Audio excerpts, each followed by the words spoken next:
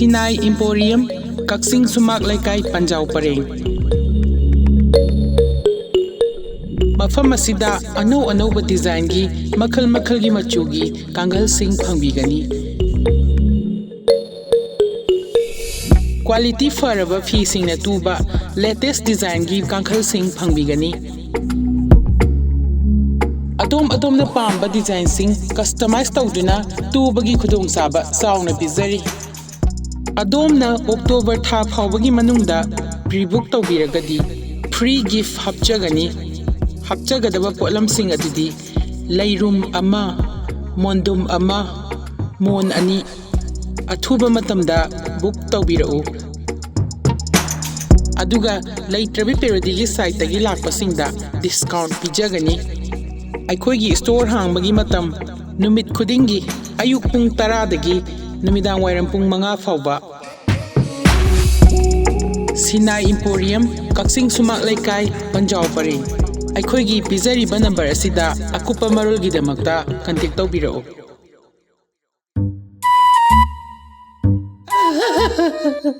Aina ngarang number video dubo amta bu jengi keda. Wala. Mayam ne.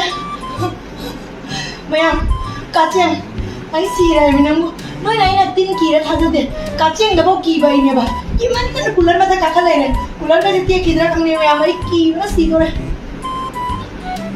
sakhar sai do khanau jaudri ne Kakching tholak tan ko oma ya phase ye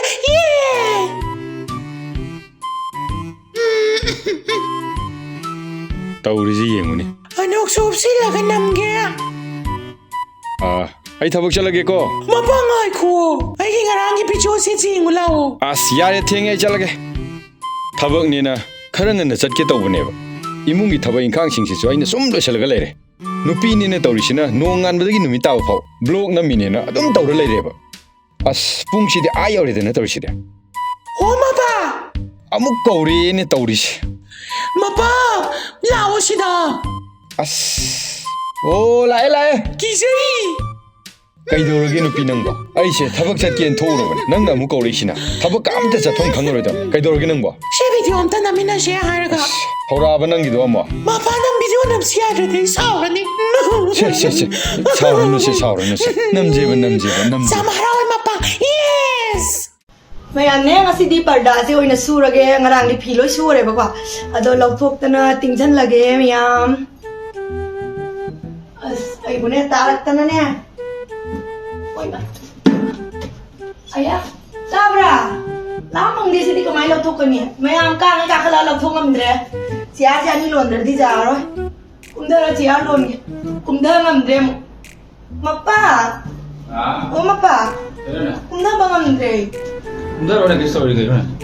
Ngamdre kijai. Kumdara. Kite siya kayo mo ang ano ta. Paano bertahu?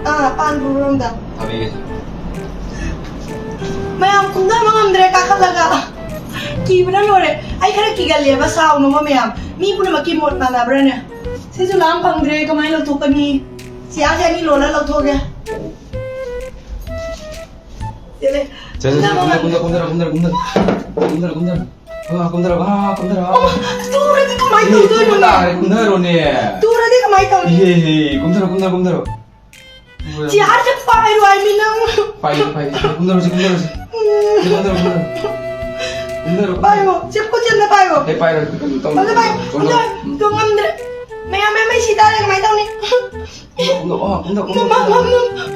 Uma. Sini kami na. Suma.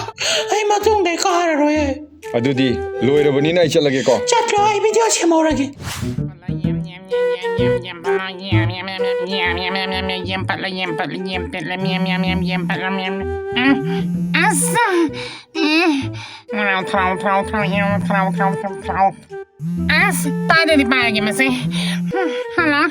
Hello. Phone du sasat pai ba yada bro. Ai lai kan na tawri heba. Adu ai nonda wam ta hage tawne ba. Kai no sa haro. Ai khoi ni una pham da hojik prap am ta lao. Sam tang ko ko tham mo ta ning te. As ai saura ga. Ho thola ge thamo. Ai lai se. Ta ba ho ro ba ni na. Pa am ta lo sila ma ge. ꯑꯃꯨꯛꯇꯗ ꯂꯣꯏꯁꯤꯜꯂꯒꯦ ꯗꯥꯅꯦ ꯃꯣ ꯃꯥꯏ ꯄꯣꯏꯃꯤ ꯁꯤꯃꯥꯁꯤ ꯂꯣꯏꯔꯕꯅꯤꯅꯅꯦ ꯑꯃꯁꯤꯅ ꯍꯣꯔꯦꯟ ꯍꯜꯂꯛꯑꯒ ꯄꯥꯔꯒꯦ ꯆꯠꯂꯒꯦ ꯗꯥꯝꯆꯥ ꯅꯪꯅ ꯍꯥꯏꯗꯧꯗꯣ ꯁꯠ ꯁꯠ ꯍꯥꯏꯔꯣ ꯏꯟꯁꯇꯥꯟꯗꯤ ꯑꯋꯥꯔ ꯃꯇꯝ ꯌꯧꯗꯣꯔꯦꯕ ꯑꯇꯩ ꯅꯠꯇꯦꯗ ꯏꯃꯥꯗꯣ ꯌꯥꯝ ꯋꯥꯔꯦ ꯉꯁꯤꯃꯛ ꯑꯩꯈꯣꯏꯗ ꯆꯠꯈ꯭ꯔꯁꯤꯗꯅ ꯑꯗꯨꯒꯤ ꯋꯥꯗꯣ ꯀꯣꯟꯅ ꯈꯟꯅꯁꯤ ꯗꯥꯝꯆꯥ ꯀꯔꯤꯒꯤꯅꯣ ꯅꯪ ꯑꯩꯕꯨ ꯅꯨꯡꯁꯤꯗ꯭ꯔꯕꯣ ꯗꯥꯝꯆꯥꯕꯨꯗꯤ ꯅꯨꯡꯁꯤꯌꯦ ꯑꯗꯣ ꯑꯩ ꯂꯥꯏꯔꯤꯛ ꯇꯝꯒꯗꯕ ꯌꯥꯝ ꯋꯥꯠꯂꯤ ꯗꯥꯝꯆꯥꯁꯨꯅꯦ ꯊꯃꯣꯏꯒꯤ ꯑꯣꯏꯕ ꯐꯤꯂꯤꯡꯁꯇꯣ ꯈꯔ ꯀꯟꯇ꯭ꯔꯣꯜ ꯇꯧꯑꯣ ꯑꯁ ꯗꯥꯝꯆꯥ ꯑꯩ ꯏꯁꯇꯗꯤ ꯑꯋꯥꯔ ꯃꯇꯝ ꯌꯧꯔꯦ ꯍꯣꯔꯦꯟ ꯀꯣꯟꯅ ꯀꯣꯜ ꯇꯧꯔꯛꯑꯣ ꯑꯩ ꯍꯜꯂꯝꯃꯒꯦ ꯉꯥꯏꯈꯣꯃꯤ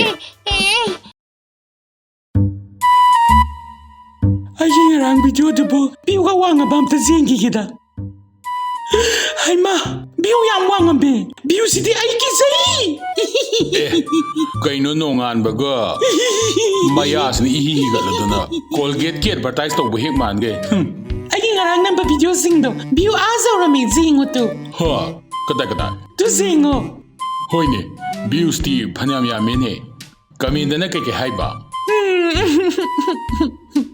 ꯅꯁꯛꯅꯦꯅ ꯍꯨꯏ ꯃꯊꯨꯟ ꯃꯥꯜꯂꯦ ꯅꯪ ꯎꯅꯦ ꯈꯟꯕꯗ ꯌꯨꯇ꯭ꯌꯨꯕ ꯐꯦꯁꯕꯨꯛꯀ ꯑꯝꯇ ꯄꯥꯏꯅꯤꯡꯗ꯭ꯔꯦ ꯑꯁ ꯂꯣꯏꯔꯦꯗꯅ ꯇꯧꯔꯤꯁꯤꯗꯤ ꯅꯨꯄꯤ야 ꯅꯪꯕꯨ ꯃꯤꯅ ꯁꯨꯃꯥꯏꯅ ꯍꯥꯏꯔꯤꯁꯦ ꯏꯀꯥꯏꯕꯒ ꯀꯔꯤꯝꯇ ꯈꯪꯗ꯭ꯔꯕ ꯍꯥꯏꯃꯤ ꯑꯁ ꯃꯋꯥ ꯂꯧꯈꯤꯗ ꯑꯩꯈꯣꯏ ꯚꯤꯗꯤꯑꯣꯗꯨ ꯚ꯭ꯌꯨ ꯋꯥꯡꯉꯒ ꯃꯣꯅꯦꯇꯥꯏꯖꯦꯁꯟꯗ ꯁꯦꯜ ꯐꯪꯉꯒ ꯂꯣꯏꯔꯦ ꯑꯗꯣ ꯍꯌꯦꯡꯁꯨꯅꯦ ꯚꯤꯗꯤꯑꯣ ꯑꯃ ꯅꯝꯃꯒ ꯊꯥꯒꯠꯁꯤꯀꯣ ꯍꯣꯏ ꯅꯝꯁꯤ ꯑꯁ ꯀꯥꯟꯄꯣꯟꯇꯦꯗ ꯏꯟꯁꯇꯥꯕꯨ ꯉꯥꯛꯇ ꯄꯥꯏꯔ ꯌꯦꯡꯒꯦ ꯁꯤꯗꯤ ꯐꯖꯩꯅꯦ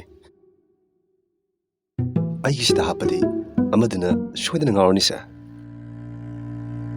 ꯀꯟꯇꯦꯛ ꯅꯝꯕꯔꯁꯨ ꯌꯥꯎꯏꯅꯦ ꯐꯣꯟ ꯑꯃ ꯇꯧꯁꯤꯟꯒꯦ ꯃꯄꯥ ꯍꯩꯃꯥ ꯀꯩꯗꯧꯔꯒꯦ ꯅꯪꯅ ꯅꯃꯥꯏꯗꯨ ꯈꯨꯝꯖꯤꯜꯂꯒ ꯀꯞꯄꯒ ꯊꯣꯛꯂꯛꯏꯗꯤ ꯏꯃꯥꯏ ꯎꯠꯄ ꯇꯜꯂꯦ ꯀꯤꯖꯩ ꯁꯦ ꯑꯩ ꯌꯦꯡꯒꯦꯁꯦ ꯀꯔꯤꯅꯣ ꯅꯃꯥꯏꯗꯨꯗꯤ ꯗꯥꯛꯀꯤ ꯗꯥꯛ ꯉꯥꯛꯇ ꯉꯁꯤ ꯑꯌꯨꯛ ꯍꯧꯒꯠꯂꯛꯄꯗ ꯁꯨꯃꯥꯏꯅ ꯇꯧꯔꯝꯃꯦ ꯉꯔꯥꯡ ꯀꯥꯡꯅ ꯆꯤꯛꯄꯒꯤ ꯑꯁ ꯑꯩꯒꯤ ꯅꯨꯄꯤꯁꯤ ꯐꯅ ꯐꯖꯕꯅꯦꯕ ꯑꯗꯨꯕꯨ ꯁꯟꯊꯤ ꯊꯤꯕꯣꯠꯇ ꯅꯣꯡ ꯇꯥꯕ ꯃꯥꯜꯂꯦꯕ ꯇꯧꯔꯤꯁꯤ ꯑꯗꯨꯃꯥꯏꯅ ꯍꯥꯏꯒꯅꯨ ꯀꯤꯖꯩ ꯀꯝꯗꯧꯅꯤ ꯑꯩꯗꯤ ꯃꯁꯤ ꯄꯨꯝꯅꯃꯛ ꯅꯪꯅ ꯊꯣꯛꯍꯜꯂꯤꯅꯤ ꯅꯪꯅ ꯀꯥꯡꯈꯟ ꯑꯊꯤꯕ ꯈꯟꯕꯒꯤ ꯀꯥꯡꯈꯟ ꯑꯊꯤꯕꯗ ꯀꯥꯡ ꯑꯊꯤꯕꯅ ꯑꯦꯇ꯭ꯔꯦꯛ ꯇꯧꯔꯒ ꯀꯥꯡ ꯑꯊꯤꯕꯗꯨꯅ ꯑꯩꯉꯣꯟꯗ ꯑꯦꯇ꯭ꯔꯦꯛ ꯇꯧꯔꯒ ꯆꯤꯕꯅꯦꯕꯁꯦ ꯀꯥꯡꯈꯟ ꯑꯊꯤꯕ ꯈꯟꯕꯒꯤ ꯑꯗꯨꯗꯤ ꯀꯥꯡꯈꯟ ꯐꯖꯕꯁꯦ ꯀꯗꯥꯏꯗ ꯐꯪꯉꯝꯅꯤ ꯃꯄꯥ ꯀꯛꯆꯤꯡ ꯁꯨꯃꯥꯛ ꯂꯩꯀꯥꯏ ꯄꯟꯖꯥꯎ ꯄꯔꯦꯡꯗ ꯁꯤꯅꯥꯏ ꯏꯝꯄꯣꯔꯤꯌꯝ ꯍꯥꯏꯕ ꯑꯃ ꯂꯩꯕꯅꯤ ꯑꯗꯨꯗꯒꯤ ꯂꯩꯌꯣ ꯐꯖꯕꯅꯤ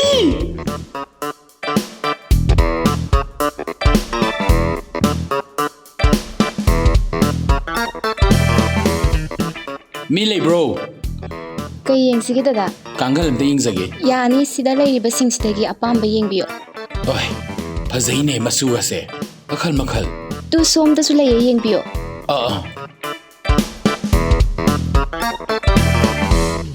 ꯑꯣ ꯑꯁꯤꯃꯗꯤ ꯆꯞ ꯆꯥꯔꯦ ꯑꯁꯤ ꯑꯣꯏꯅ ꯂꯧꯔꯒꯦ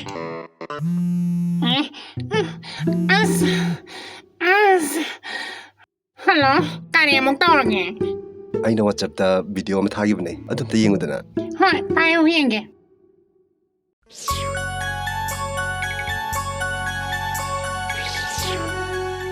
ꯍꯩꯃꯥ ꯋꯥꯎ ꯌꯥꯝ ꯐꯖꯩ ꯁꯤꯗꯤ ꯀꯅꯥꯒꯤꯅꯣ ꯁꯤꯕꯣ ꯅꯪꯒꯤꯗꯤ ꯀꯩꯅꯣ ꯅꯪꯒꯤꯗꯃꯛꯇꯅꯤ ꯈꯜꯂꯒ ꯑꯩꯅ ꯑꯩꯒꯤ ꯀꯥꯗ ꯍꯥꯞꯄꯅꯤ ꯅꯪ ꯂꯩꯅꯤꯡꯗ꯭ꯔꯣ ꯍꯩꯃꯥ ꯅꯪꯒꯤ ꯀꯥꯗ ꯑꯗꯨꯃꯥꯏꯅ ꯍꯥꯞꯄꯕ ꯍꯩꯃꯥ ꯑꯩ ꯉꯥꯎꯔꯦ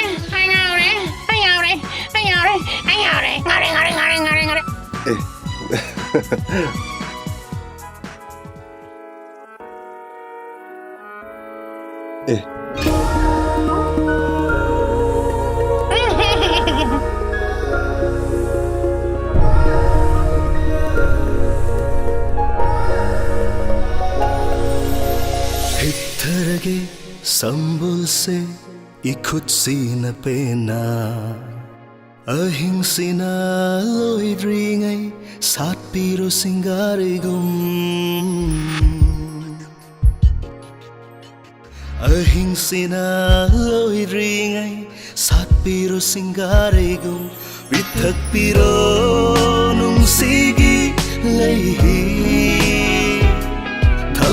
ꯁꯤꯅ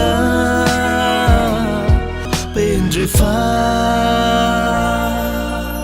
ꯂꯩꯅꯥꯒꯨꯝ ꯊꯣꯠꯂꯕꯤ ꯅꯤꯡꯉꯣꯜꯒꯤ ꯃꯄꯣꯛꯅꯤ ꯑꯣꯏꯖꯅꯤꯡꯗꯦ ꯑꯍꯤꯡꯁꯤꯗ ꯂꯩꯔꯥꯡꯒꯤ ꯄꯨꯟꯁꯤꯒꯨꯝꯅ ꯂꯩꯖꯔꯒꯦ ꯊꯃꯣꯏꯗ ꯅꯪꯒꯤ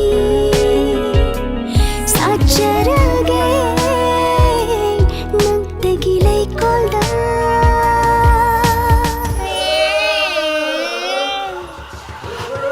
누비! 누비! 따리바 낭보 시담다 라오네 나미도 곰질래 시담다 쌍오네 ꯀꯔꯤꯒꯤꯅꯣ ꯀꯤꯖꯩ 또 시대 이용네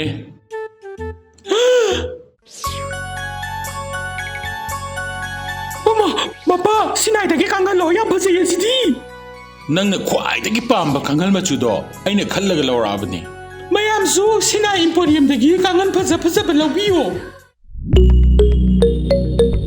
Sinai Emporium, Kakching Sumak Leikai Panjao Pareng. Mafam asida anau-anauba design gi makal gi machu gi kangal sing phangbigani.